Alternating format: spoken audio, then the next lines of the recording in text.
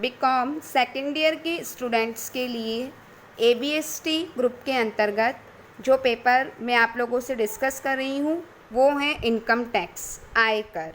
Students, आज के मेरे इस वीडियो में मैं आप लोगों से डिस्कस करूँगी important definition under income tax act 1961।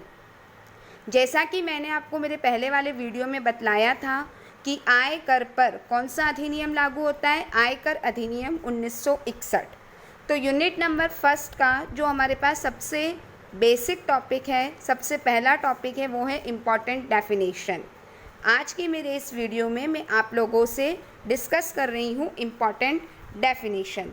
मैं doctor Sneha Babel, assistant professor accountancy and business statistics department, government Meera girls college, Udaipur, Rajasthan.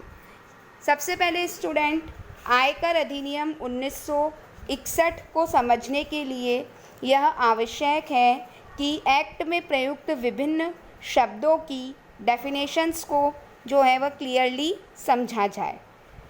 Income tax act में विभिन्न महत्वपूर्ण परिभाषाओं का वर्णन जो है वह सेक्शन 2 और सेक्शन 3 के अंतर्गत किया गया है। जो मैं आपसे सबसे पहले सेक्शन समझाने जा रही हूँ उसे स्टूडेंट नोट डाउन करेंगे। मैंने आप लोगों को कह दिया है कि इनकम टैक्स का एक आप अलग से रजिस्टर बना लेंगे। उस रजिस्टर में आप नोट डाउन करिए पहली डेफिनेशन सेक्शन 2 के अंतर्गत असेसी, असेसी ASSE करदाता, जो कर चुकाता है, असेसी। करदाता का तात्पर्य ऐसे व्यक्ति से है जो आयकर अधिनियम 1961 के अंतर्गत आयकर या अन्य कोई राशि चुकाने के लिए उत्तरदायी होता है, जो टैक्स पे करने के लिए रिस्पॉन्सिबल है, that is known as assessee. इसके अतिरिक्त भी हम करदाता की परिभाषा में एक ऐसे व्यक्ति जिस पर कि इनकम के डिटर्मिनेशन के लिए या लॉस को डिटरमाइन करने के लिए या टैक्स के रिफंड के लिए कोई कार्यवाही की गई है या इनकम टैक्स एक्ट के अंतर्गत वह विचाराधीन हो, तो वह व्यक्ति भी असेसी कहलाएगा। ऐसे सभी व्यक्ति जिन्हें इनकम टैक्स एक्ट के अंतर्गत असेसी मान लिया गया हो, डीम्ड टू बी असेसी, कौन कौन होते हैं? जैसे किसी करदाता की डेथ के बाद में उसके लीगल जो हैं उत्तराधिकारी को मृतक करदाता की आय पर कर देने के लिए असेसी माना जाता है। अवयस्क, पागल तथा विदेशी व्यक्तियों के प्रतिनिधियों को ऐसी व्यक्तियों की आय के संबंध में करदाता समझा जाता है, डीम्ड टू बी असेसी। और तीसरा मैंने आपको बताया assessee in default. Assessee in default section note कीजिए 2 सबसेक्शन 7। ऐसे व्यक्ति जिन्हें किसी चूक के कारण करदाता मान लिया जाता है, जैसे लाभांश, बीमा कमीशन, वेतन आदि का भुगतान करते समय भुगतान करने वाले का यह दायित्व बनता है कि वह इनकम टैक्स की जो डिटरमाइंड रेट है या निर्धारित दर है उससे कटौती करके शेष राशि का ही भुगतान करे। बिना इनकम टैक्स काटे भुगतान करने की स्थिति में भुगतान करने वाले व्यक्ति को चूक के कारण करदाता मान लिया जाता है। ये है सेक्शन 2 सबसेक्शन 7 के अंतर्गत। नेक्स्ट डेफिनेशन है पर्सन। पर्सन का मतलब है व्यक्ति, 2 सबसेक्शन 31। पर्सन में एक इंडिविजुअल जो नाम शुरू होता है राम, सीता, गीता, हिंदू अनडिवाइडेड फैमिली, हिंदू अविभाजित परिवार, ऐसा परिवार जिसमें परिवार के समस्त सदस्यों द्वारा पूर्वजों के व्यवसाय व संपत्तियों से आय अर्जित की जाती है।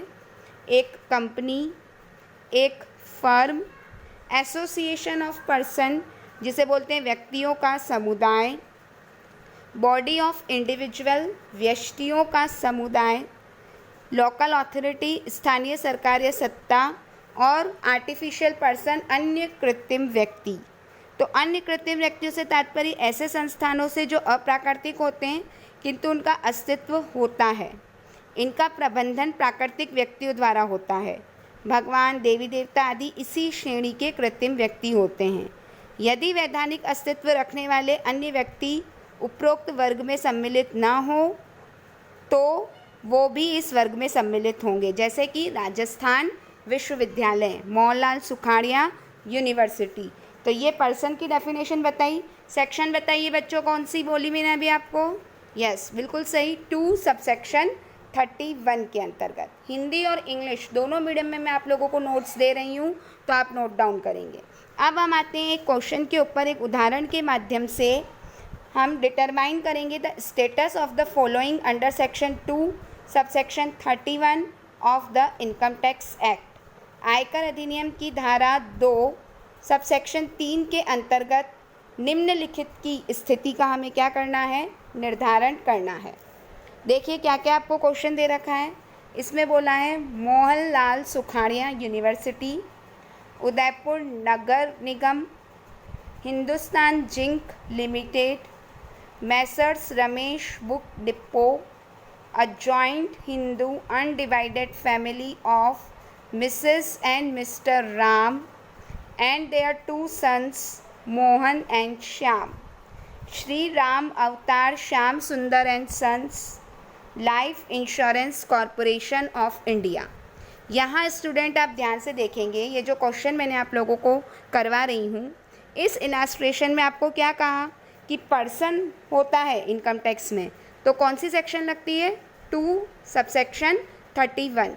2 सबसेक्शन 31 के अंतर्गत पर्सन जो है वह विद्यमान होता है, लेकिन इस पर्सन के अंतर्गत आपको अब ये बताना है कि वह पर्सन व्यष्टि है, एचयूएफ है, कंपनी है, फर्म है, या एसोसिएशन ऑफ पर्सन है, या आर्टिफिशियल पर्सन है, जो मैंने आपको अभी अलग अलग पॉइंट लिखा है। तो 1 बाय 1 हम देखते हैं। सबसे पहले मैं बोला मोहनलाल सुखाड़िया यूनिवर्सिटी, जो मैंने आपको अभी बतलाया। अन्य कृत्रिम व्यक्ति आर्टिफिशियल पर्सन, जैसे कि राजस्थान विश्वविद्यालय